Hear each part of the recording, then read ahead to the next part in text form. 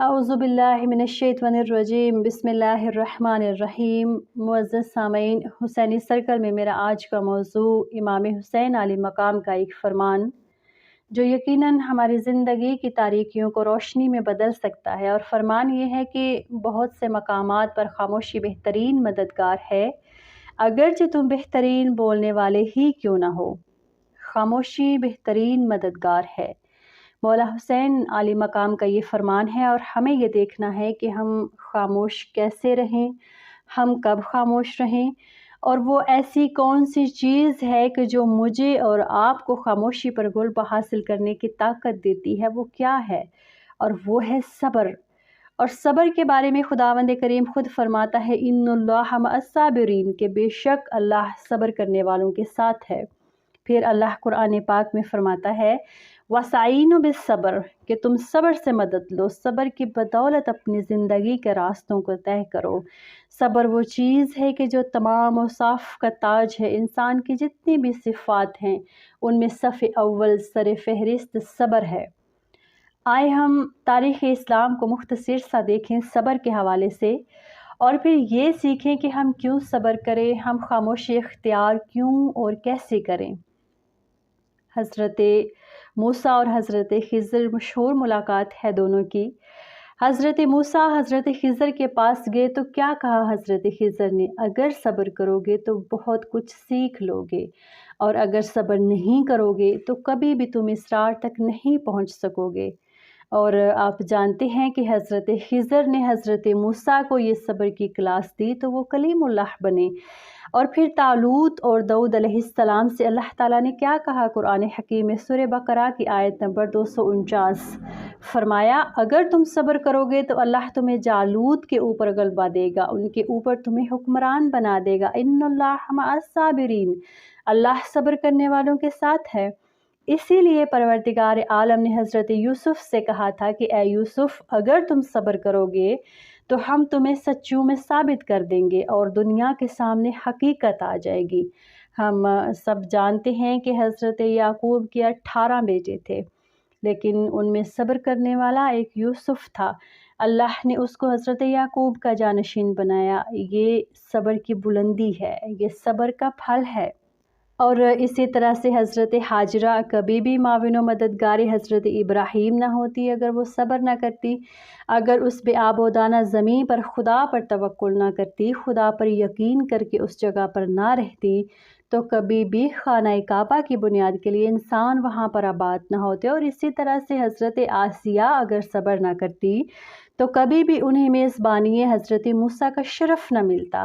اور پھر حضرت ابراہیم اگر آتش نمرود کے سامنے صبر نہ کرتے تو کبھی بھی وہ گلزار میں نہ بدلتی۔ اور پھر حضرت یعقوب اگر اپنے بیٹے کی جدائی پر صبر نہ کرتے تو خدا حضرت یوسف کی ملاقات سے ان کے سینے کو ٹھنڈا نہ کرتا۔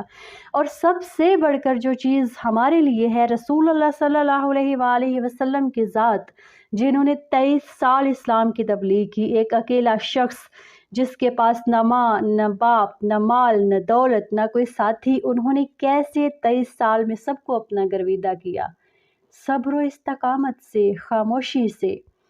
لیکن سامعین، یہ صبر اتنی آسان چیز بھی نہیں ہے۔